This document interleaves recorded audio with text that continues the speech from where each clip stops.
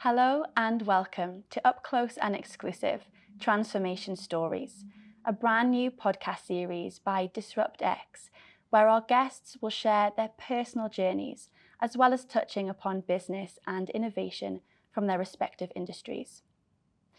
Joining me on our first episode is Amnah Ajmal, Executive Vice President of Market Development, Eastern Europe, Middle East and Africa for Mastercard. Amnah has been voted twice as the top 25 women in financial technology across the world, as well as top 10 in America. Her international career has spanned across Europe, North America, Asia, as well as the Middle East and Africa, where she has led digital and cultural transformation by innovating consumer experience. Amnah, welcome. Thank you so much. Thank you for joining me on Upclose and Exclusive's inaugural episode. We're very excited to have you here in the studio. Thank you so much. I'm also very excited to be here. Let's start with your journey, Amnah. Did you always want to be a part of the financial services industry? Actually, no. I wanted to be a lawyer, and my parents wanted me to be a doctor. I was terrible at biology, so I flunked. I could not get into any medical school. And being a lawyer was not an option. So there was pretty much nothing left on the table. And I did my MBA, and no one has ever worked in my family. So I wanted to have an international career, which was pretty unheard of. I wanted to join FMCG, but then Unilever and Nestle both rejected me. So Citibank was the only one actually who made me a job offer and made me an international job offer. So my career started with Citigroup then. Can you tell us an anecdote from your childhood that would give us an idea of what young Amnah was like? So I think I was very curious. Like my mom says that I had a lot of whys regarding everything. At one point in time, I come from a little bit of a religious family, which was like bothering for me that why is there a certain concept of a religion and why can't I go study and find a religion for myself? So yeah, I lived in a church, I lived in an orphanage just to figure out how life is, which I guess is strange for parents to handle now that I'm a parent myself. And God forbid if my kids do that, I'll go crazy. Wow, that's really interesting. What would you define as your biggest achievement so far? That's a tough question, perhaps. And also, could you share with us some challenges that you've had to overcome to get where you are today? So if you were to ask me this question 6 years back, my answer would be different because I was not a parent. My biggest achievement now is that my daughter would have the choices that I did not have. I could not choose what I wanted to study. I could not choose who I wanted to marry. I could not choose the country where I wanted to live in.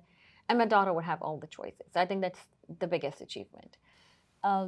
6 years back, if you would have asked me, I would say the biggest achievement is that I'm sitting here with you. You know, I have an independent life, a career. I have my own identity. And any more challenges that you could sort of pinpoint and share with us so we can get more of an idea of? So I think a lot of women in the financial services industry would say that it's difficult because it's still, by and large, a male-dominated industry. I would say I've been very fortunate to work with 3 organizations, and all of them have been very much transparent and working really, really hard to drive diversity of all kinds, not just gender. So I didn't really feel that. There are 2 challenges that I would say. One was, of course, growing up in a family where nobody has ever worked.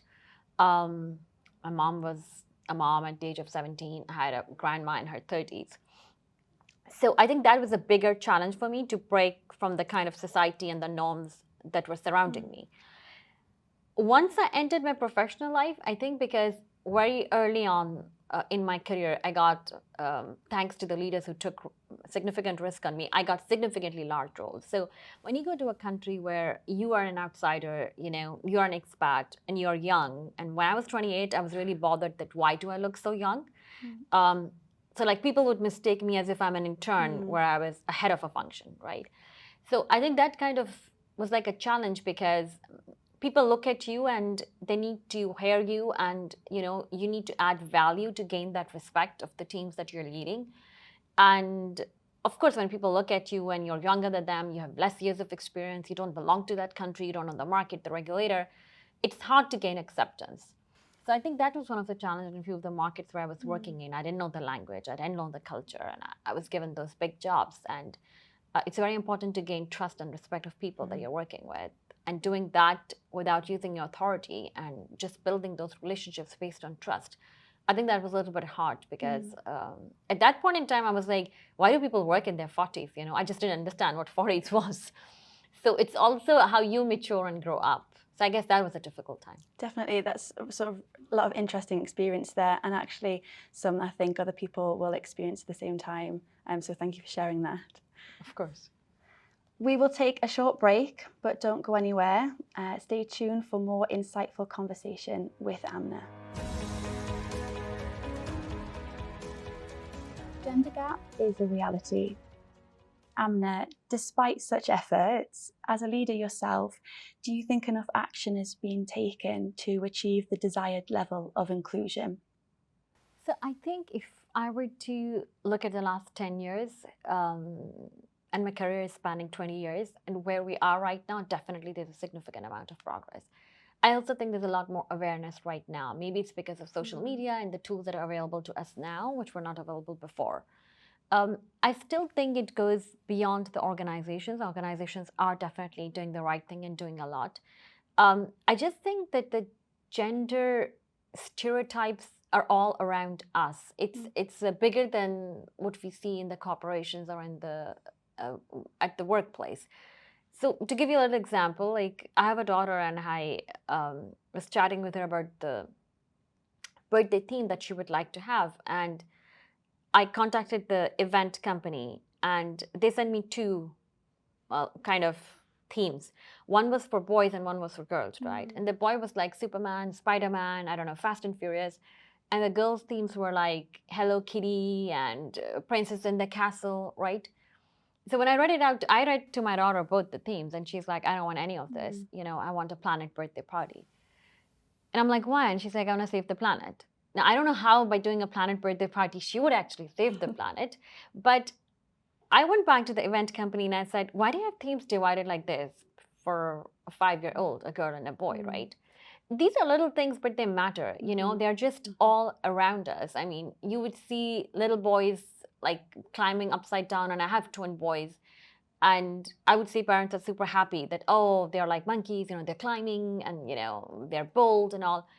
But at the same time, I don't think so girls are raised like that. So what I'm pointing out to is that there's a fundamental gap in the way girls are raised.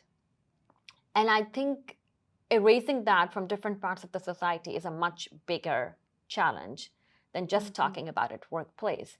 I was just talking to a friend, and we were looking together at an article which said that most women would not raise their hands for a job till they are 100% qualified, whereas most men would as long as they're 50 to 60% qualified. And this is true. In my career, it has never happened that I offered a promotion to a man and a man said, no, maybe I'm not there, I'm not fully qualified for it. But I have offered promotions to women where they would be like, I don't think so, I'm ready yet. And I said this to my boss like 15 years back. I was being offered a promotion, and I told my boss, who happened to be a woman, that I don't think so, I'm ready yet. You know, and she said, no, no one is fully ready. So I just think that, just to summarize it, I think the society has to do a lot more in terms of not just workplace, different industries, to make sure that the gender stereotypes are kind of removed. And I strongly, passionately believe, now that I am a parent of a daughter, that I hope that the next generation grows up not having this discussion. It's just become so obvious. If women are half the population of the world, they should be represented everywhere, 50%. That there's no doubt about it. You don't need research around productivity and what impact can women leaders have on the business. So I think that the society has a lot more to do.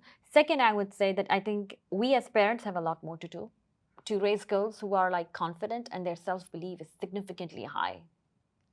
And lastly, I would say the organizations that we choose to work for. It is a world of choice and opportunity. And I would encourage women, and even the ones that I mentor, that if you think that your organization is not supporting what you require as a woman. And they're different things. The requirements are different, right? I mean, we take off for maternity leave, we come back to work. You may want flexible working hours. Not all companies are offering that even today, though there has been a significant improvement in that. Choose the organization that matches with your lifestyle, because at the end of the day, it's a very difficult work-life, I don't call it really balance, but let's say the harmony that you have to drive between the two worlds. Some lovely points there, Amnah, and I agree with them, and some advice as well to women who are looking to be just as successful as you are. Can we see you driving any projects that are geared towards diversity, equality, and inclusion in the future? So I mentor a lot of women, and I think that for me is like very passionate. It's like something that I love to do personally. We also, in terms of my work at Mastercard, and Mastercard is like a great advocate for all kinds of diversity. We do annual Women SME Awards to just celebrate the achievements, and I think this is another aspect that most women would just want to do more and not just pause and celebrate the achievements, which is such an important part of it. So yeah, those are some of the things that we continue to do to make sure that the world becomes more equal and balanced. We're starting to move over to the business landscape. So one of my final questions is, over the past few years, what have you seen in the evolution of the FinTech and payments sector? And looking ahead, what will FinTech look like? It is a pretty big question. So I love the quote of Bill Gates where he said that we overestimate the change that would happen in the next 3 years, and we usually underestimate the change that will happen in the next 10 years. So if I go back myself personally, 7 years back, I would have never thought that somebody could have a pet which is virtual. And now many of my friends, instead of getting their kid a real pet, they're getting a virtual cat. The kid before going to school would give milk to the cat, talk to her, come back, and this cat is growing. Okay, I grew up watering a real garden, and you see kids today having virtual backyards, right? So I think the impact that technology can have, and with the way the fintech world is growing in the next 10 years, is huge. I mean, I don't think so we pay much attention to that, and I think that's going to be significant. The trends that I see in my professional life emerging are different forms of currencies, be it loyalty currencies, cryptocurrencies, digital forms of currencies. I think it means of payment which is providing choice to consumers, and it's making also flexibility in payments from a business perspective much more seamless. I think that choice of payment would continue. In terms of other technology trends, and I know ChatGPT has kind of overtaken the world, and before we used to ask Google every question, and now it's ChatGPT. But I think artificial intelligence as an industry, it has use cases which are in every industry, be it medical healthcare, be it in education, And I think it's a force for good, because you can really multiply its impact in so many industries. I mean, there are kids who can't be educated because there's no physical teacher, but right, you can have virtual teachers, who could be trained through AI. You could spread education. Similarly, in the field of medical industry. So I just think that artificial intelligence impact is going to be significant in the coming years. A third, I would say, is that the barriers between different industries are very much blurred now. So when I was a banker, let's say 10 years back, there were not many players who wanted to enter into financial services. In fact, if you would say that I want to be a bank, it would be like, what's wrong with you? Why do you want to be a bank, right? But if you look at it now, you have retailers entering into financial services. You have telcos entering into financial services. So it's not that difficult to enter into financial services. So while the fintech scene is booming, and $200 billion of investment went in last year into the fintech deals, I just think that beyond that, there are other players also entering into financial services. So the biggest trend that I see would be the collaboration between different players, because innovation can no longer be driven by a single entity. So it would be collaboration between these fintechs and retailers, and fintechs and telcos, and large financial institutions and fintechs. And I think that would help these organizations deliver the consumer experience that consumers are looking for.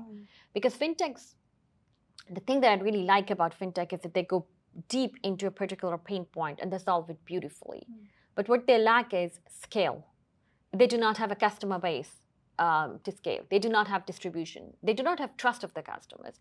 If you get large organizations, they have many small problems that they can't go really in depth and have a stellar user experience and solve for it. But they have the scale, they have the distribution, they have the trust of customers.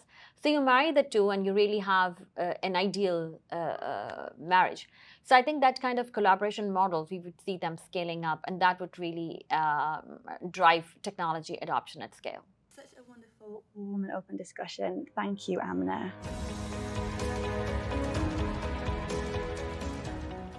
And now we have our final segment that I am very excited to unveil. We call it Under the Spotlight, a 1-minute rapid fire chat. So Amnah, I'm going to ask you 6 rapid fire questions. Okay. And if you just respond with the first thing that comes to mind. Sure. Okay. What's one thing you cannot live without? My phone. What's a mistake you're glad you made? Left my country.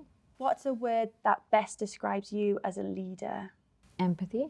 What advice could you give the younger generation beginning their careers? Risk it. What's a myth about being a successful leader? Success. And finally, what's one word to define success? You. It's within you. Amnah, thank you so much for joining me today.